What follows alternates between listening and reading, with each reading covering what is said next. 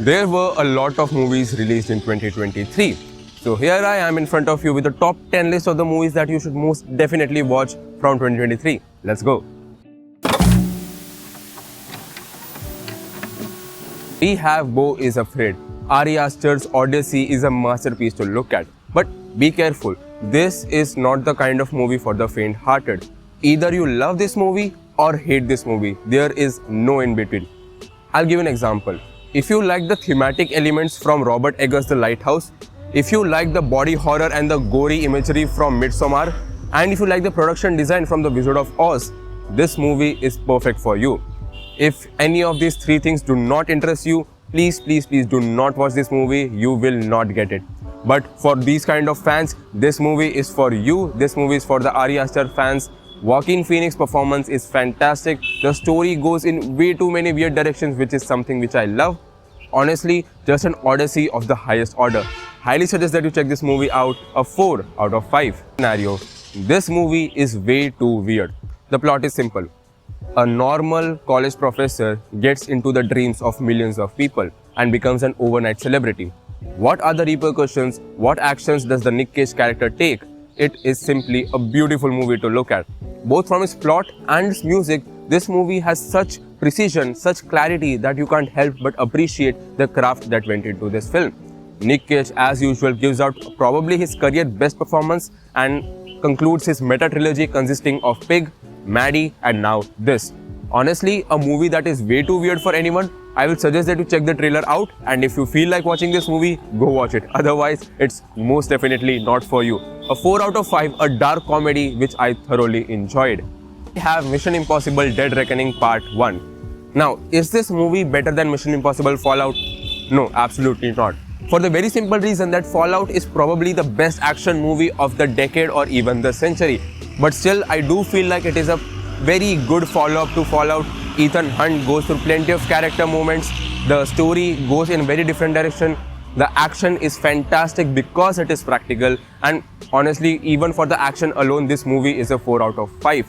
I am highly waiting for part 2 and I sincerely hope that it keeps on the promises of part 1 and might just become my favorite duology of all time.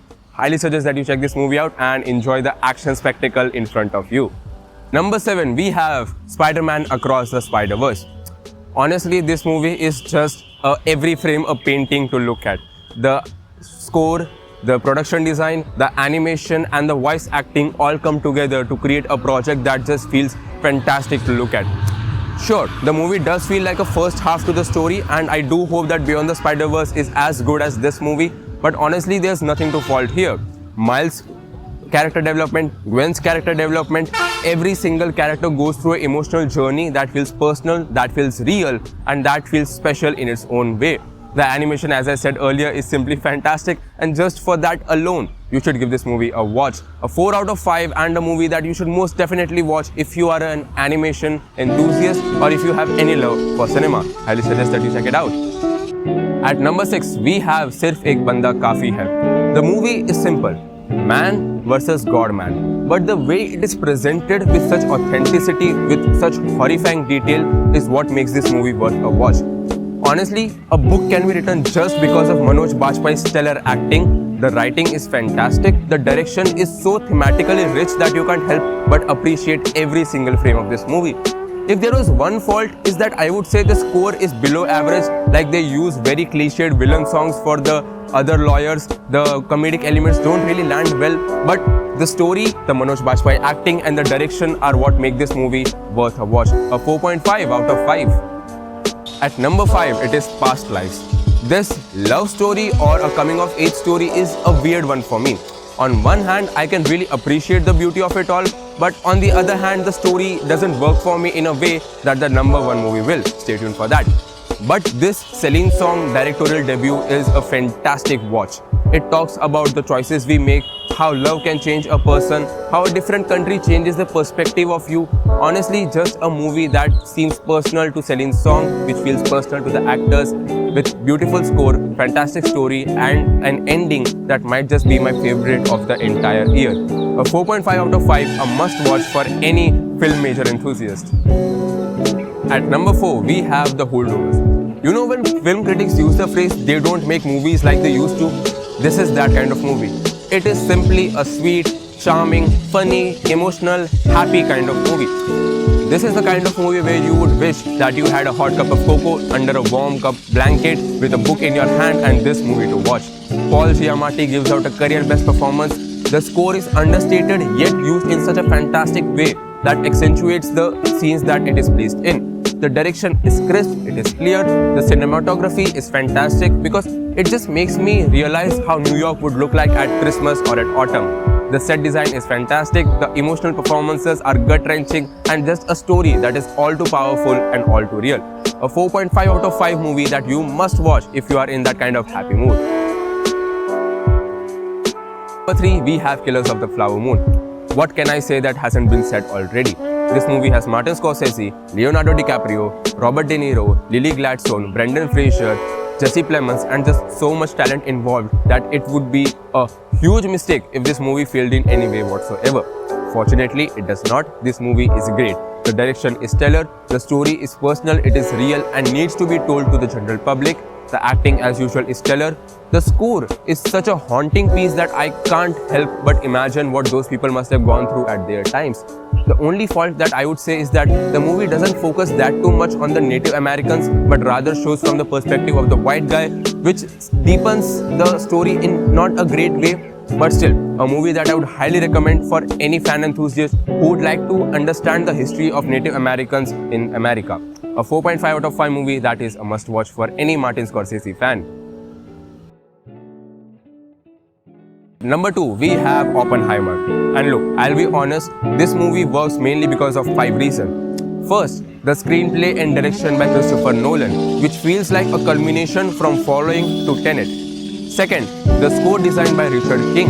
He uses the sound design in such a way that makes you feel the atomic bomb, the rumblings, the distraught, the anger, the joy. At third, we have the acting. The acting as usual is stellar. You have Cillian Murphy, Robert Downey Jr., who else? Matt Damon, Jack Quaid, everyone is involved. It is basically the white man Avengers. Just a fantastic cast throughout. Emily Blunt gives out a surprisingly emotional performance that I wasn't really expecting, but I'm so glad that I did. Reason number 4, we have the sound design and the score by Ludwig Göransson. The score is such hyped up piece and it truly deserves every bit of attention that it gets because it is haunting, it is melodious, it is beautiful, it is happy, it is sad. It basically makes you feel every single emotion that you want. And the final reason is that it is a unified project. Like every single thing that was meant to be perfect was perfect and it came together in such a perfect manner that I can't help but feel like this might just be Christopher Nolan's magnum opus. A 4.5 out of 5 movie that must be watched by any Christopher Nolan fan, any film fan, because it is a testament to the fact that a R-rated black and white movie just of people talking grossed over $950 million at the box office. So we truly do need this kind of movies. So show your support, show your love to Oppenheimer.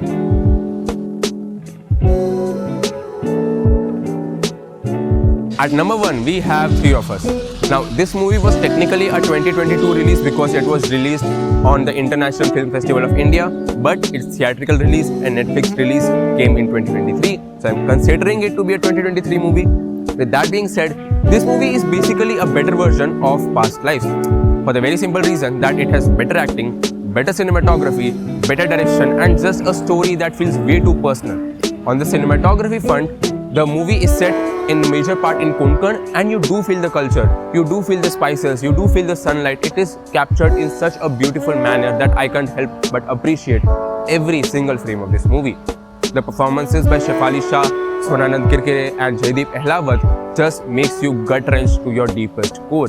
They give out such understated yet real performances that I can't help but just magnify at their acting chops. The direction is crisp, it is clear, it is shot in a beautiful manner. The dialogues by Varun Grover are just a beautiful melody to hear at. Honestly, the best movie of 2023, a 5 out of 5, and I highly suggest that you check it out on Netflix and give the love that it truly deserves. So these were the top 10 movies from my end. Comment down below your top 10 movies of 2023. Like, share, comment and subscribe. I guess that's how you say it. Anyway, I will see you guys in the next one.